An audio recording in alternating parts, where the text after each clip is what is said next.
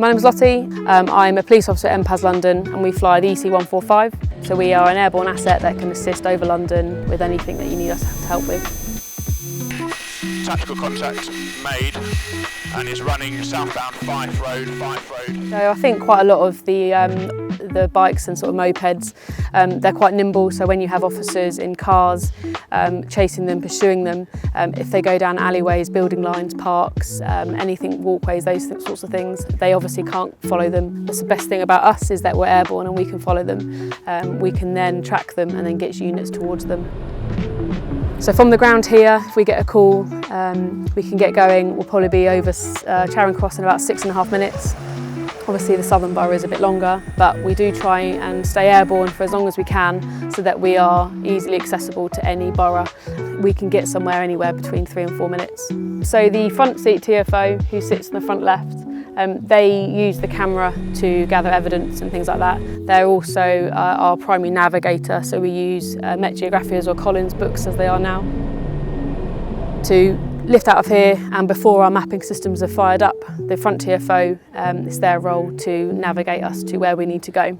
They're also an assistant to the pilot, so any issues, any air traffic issues, if there's helicopters that we need to try and look for, the front TFO primarily, but the one that will help them.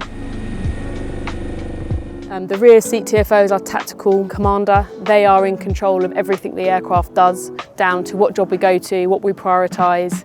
They're in control of the radios, the comms for the aircraft, the command and control on the ground, so everything else the TAC commander does from the back. We'll go for the bridge first. Yeah, we'll start at the bridge.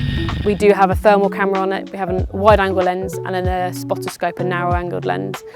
So we can be at 1,200 foot and we can probably just make out shoulder numbers, logos and things like that. So we can be far away and up high and we can still get quite a lot of detail. We then also have our thermal camera, which is invaluable, especially at night and especially in the winter months as well, even by day. And that's an extremely powerful thermal camera that displays a grayscale.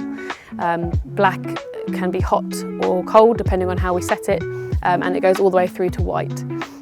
Every material, everything that we look at will have a different heat signature and display a different grayscale, and that builds a picture. And we can even see stitching on puffer jackets, stitching on hoodies and things like that, so we can give a description even with no colour.